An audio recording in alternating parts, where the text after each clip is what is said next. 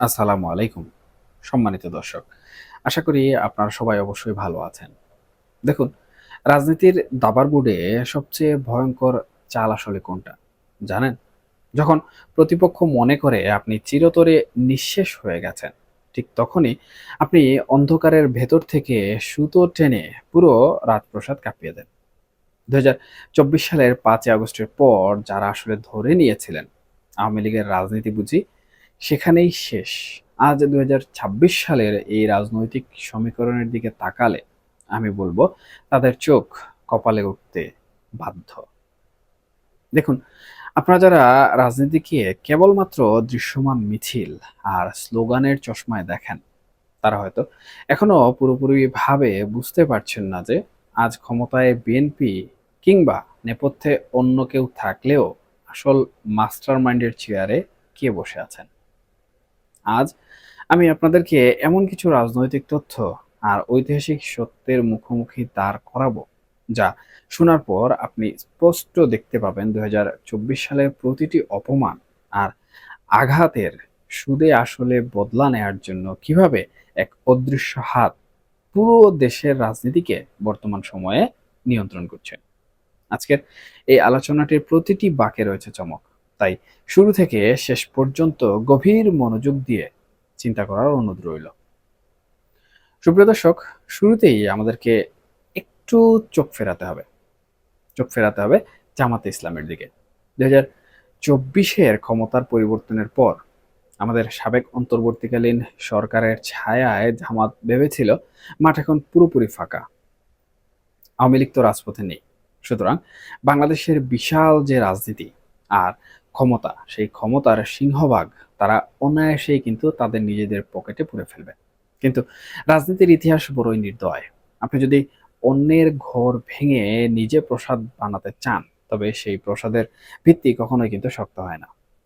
আজ ২০২৬ সালে এসে আমরা আসলে কি দেখছি? যে দলটি নিজেদের সবচেয়ে সুশৃঙ্খল দাবি করত, সেই জামাত আজ নিজেদের ঘরের ভেতরেই কিন্তু এক নজিরবিহীন গৃহদাহের আগুনে পুড়ছে বলা চলে। সম্প্রতি গত ১২ জুলাই ২০২৬-এ জামাতের সেক্রেটারি জেনারেল মিয়া গুলাম পরোয়ার স্বাক্ষরিত একটি গোপন চিঠি দেশের সব জেলা এবং মহানগরে পাঠানো হয়। সেই চিঠির ফরমান ছিল অত্যন্ত অমানবিক। যেসব পুরুষ সদস্য বা রুকন গার্লস স্কুল কিংবা মহিলা মাদ্রাসায় চাকরি করেন এবং যেসব নারী সদস্য ছেলেদের প্রতিষ্ঠানের শিক্ষকতা করেন, তাদের দলীয় সদস্যপদ স্থগিত করা হবে। অর্থাৎ তাদের সাফ জানিয়ে দেওয়া হলো, হয় তোমাদের অর্জিত চাকরি ছাড়ো, না হয় দল অথবা দলের রাজনীতি ছাড়ো। দর্শক, একবার সূক্ষ্মভাবে ভেবে দেখুন তো, এই একবিংশ শতাব্দীতে দাঁড়িয়ে নিজের হাজার হাজার নিবেদিত প্রাণ নেতাকর্মীকে এমন চরম দ্বিমুখী সংকটের মুখোমুখি দাঁড় করানো কতটা আত্মঘাতী। যেসব কর্মী দলের চরম দুর্দিনেও টিকে ছিল, আজ জীবিকার তাগিদে তারা খুবই ফুঁসে উঠছে। কিন্তু প্রশ্ন হলো, জামাতের এই মাথা মোটা আর অদ্ভুত সিদ্ধান্ত কেন? কারণ আওয়ামী লীগের মতো একটি বটবৃক্ষকে রাজনীতি থেকে উপড়ে ফেলার যে স্বপ্ন তারা দেখেছিল, তা আসলে বাস্তবে রূপ নিতে না পেরে তারা এখন মারাত্মক দিগ্ভ্রান্ত। তবে খেলা আমার দৃষ্টিতে কেবলমাত্র শুরু হলো। সবচেয়ে বড় টুইস্টটা ঘটেছে আমাদের মহান জাতীয় সংসদে।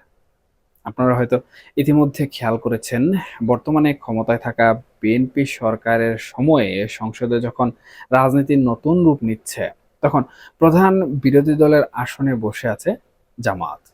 আর ঠিক এই সংসদেই সম্প্রতি এমন এক কঠোর আইন পাশ হয়ে গেল, যা জামাতের রাজনৈতিক মেরুদণ্ড বলা চলে একেবারে গুঁড়িয়ে দিয়েছে। ১৯৭১ সালের মহান মুক্তিযুদ্ধে পাকিস্তানি হানাদার বাহিনীর প্রধান সহযোগী হিসাবে জামাতের ঐতিহাসিক অপরাধকে আবারও কিন্তু অত্যন্ত সুনির্দিষ্টভাবে আইনি কাঠামোর মধ্য দিয়ে নিয়ে আসা হয়েছে। আর সবচেয়ে অদ্ভুত যে বিষয়, সে বিষয়টি হলো, সংসদে জামাতের আমির নিজে উপস্থিত থাকা সত্ত্বেও সংসদীয় রাজনীতির মারপ্যাঁচ না বোঝার কারণে তাদের চোখের সামনে দিয়েই এই বিল পাশ হয়ে গেল।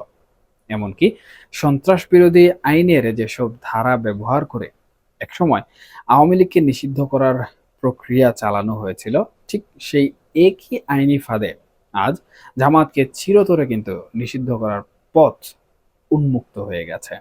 দর্শক, এখন একটু নিরপেক্ষভাবে চিন্তা করুন। সংসদে বসা জামাত নেতাদের এমন নিখুঁত আইনি ফাঁদে ফেলা কি হুট করে ঘটে যাওয়া কোনো ঘটনা, নাকি এটি সেই পুরনো ধুরন্ধর রাজনৈতিক মস্তিষ্কের চাল, যারা হয়তো এখন বর্তমানে ক্ষমতার মসনদে নেই, কিন্তু রাষ্ট্রের আইনি ও প্রশাসনিক ব্যবস্থার রন্ধ্রে রন্ধ্রে তারা এমনভাবে ফাঁদ পেতে রেখে গেছে যে নতুন সরকার বা বিরোধী দল তা টপকাতে গিয়ে নিজেরাই বর্তমান সময়ে ধ্বংসের দ্বার প্রান্তে চলে যাচ্ছে। সুপ্রিয় দর্শক, এবার আসা যাক সাবেক অন্তর্বর্তীকালীন ডক্টর ইউনূস সরকারের আমলের সেই বিতর্কিত ইতিহাস মুছে ফেলার চেষ্টার কথায়। ডক্টর ইউনূসের সাবেক সরকার ক্ষমতায় এসে একটি বিপজ্জনক শব্দ ব্যবহার করেছিল, রিসেট বাটন। তারা কি চেয়েছিল? তারা চেয়েছিল পেছনের সব ইতিহাস, বিশেষ করে ১৯৭১ সালের মহান মুক্তিযুদ্ধের গৌরবোজ্জ্বল অধ্যায়কে মুছে ফেলে নতুন এক ইতিহাস তৈরি করতে। সেই উদ্দেশ্যে দেশের অর্থনৈতিক অবস্থা যখন ভঙ্গুর, মানুষ যখন নিত্য প্রয়োজনীয় জিনিসের দাম মেটাতে হিমশিম খাচ্ছিল, ঠিক তখন জনগণের কোটি কোটি টাকা অপচয় করে সারা দেশে ব্যাঙের ছাতার মতো কিন্তু তৈরি করা হয়েছিল তথাকথিত সেই জুলাই স্মৃতিস্তম্ভ। শুধু তাই নয়, দেশের বিভিন্ন স্থানে মহান স্বাধীনতার স্মারকগুলো গুড়িয়ে দিয়ে এই নতুন স্তম্ভগুলো বসানো হয়েছিল, যেন এগুলোকে ১৯৭১-এর সাভারের জাতীয় স্মৃতিসৌধের প্রতিদ্বন্দ্বী বানানো যায়। এবং ৭১-এর প্রতিদ্বন্দ্বী যারা হবে তাদেরকে আসলে আমি এভাবেই ছোট করব। কিন্তু আজ যখন ডক্টর ইউনূস সরকারের সেই ক্ষণস্থায়ী শাসন অতীত হয়ে গেছে এবং বিএনপি ক্ষমতায় এসেছে, তখন সেই জুলাই স্মৃতিস্তম্ভগুলোর পরিণতি কি হচ্ছে? আজ প্রতিদিন খবরের কাগজে আপনারা কি দেখছেন? দেশে একের পর এক জুলাই স্মৃতিস্তম্ভে গভীর রাতে কিন্তু আগুন লাগিয়ে দেওয়া হচ্ছে।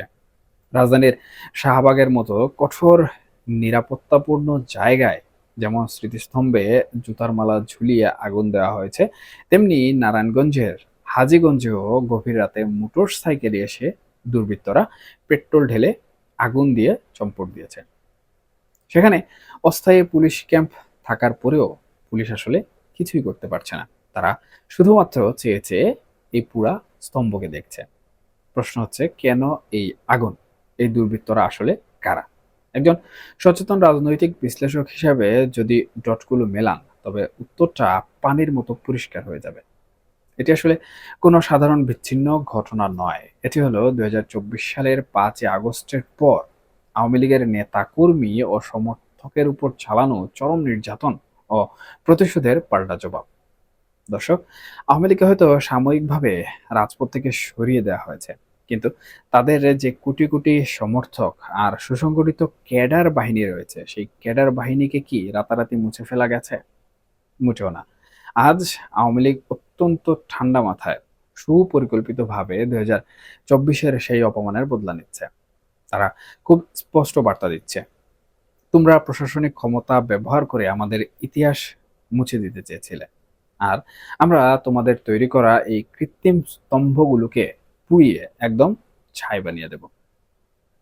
আজকের বিএনপি সরকারও এই বাস্তবতার সামনে দাঁড়িয়ে বলা চলে কার্যত পুরোপুরি দিশেহারা। এবং তারা আসলে বুঝতে পারছে সাবেক ইউনূস সরকার যে রাজনৈতিক বিষবৃক্ষ রোপণ করে গেছে, তার মাসুল এখন কিন্তু তাদের দিতে হচ্ছে। সুপ্রিয় দর্শক, আওয়ামী লীগ কৌশলগতভাবে পিছু হেঁটেছিল কেবল প্রতিপক্ষের অযোগ্যতা আর রাজনৈতিক অপরিপক্কতা সারা দেশের মানুষের সামনে উন্মোচিত করার জন্য।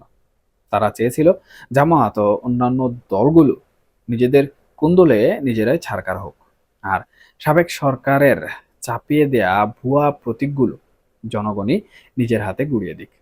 এবং আজ কিন্তু আমরা দেখতে পাচ্ছি ঠিক সেটাই ঘটছে।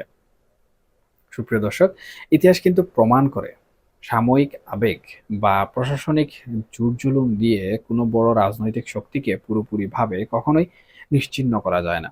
২০২৪ সালে যারা ভেবেছিল আওয়ামী লীগের রাজনীতি চিরতরে শেষ, ২০২৬ সালের এই উত্তপ্ত রাজনৈতিক পরিস্থিতিতে দাঁড়িয়ে তারা কিন্তু আজ হাড়ে হাড়ে টের পাচ্ছে আওয়ামী লীগ মোটেও হেরে যায়নি, বরং তারা নেপথ্যে থেকে এমন এক নিখুঁত দাবার চাল চেলেছে, যেখানে প্রতিপক্ষ নিজের তৈরি করা ফাঁদেই একে একে বন্দী হচ্ছে।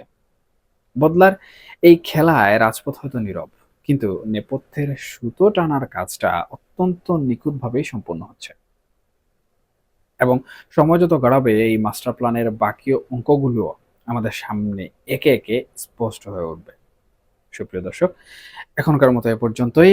রাজনীতির উপরের আস্তরণ সরিয়ে ভেতরের সত্যটা চেনার চেষ্টা করুন সবসময়।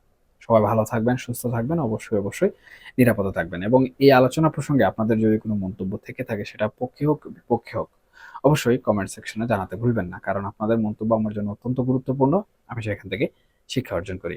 ধন্যবাদ সবাইকে। আল্লাহ হাফেজ।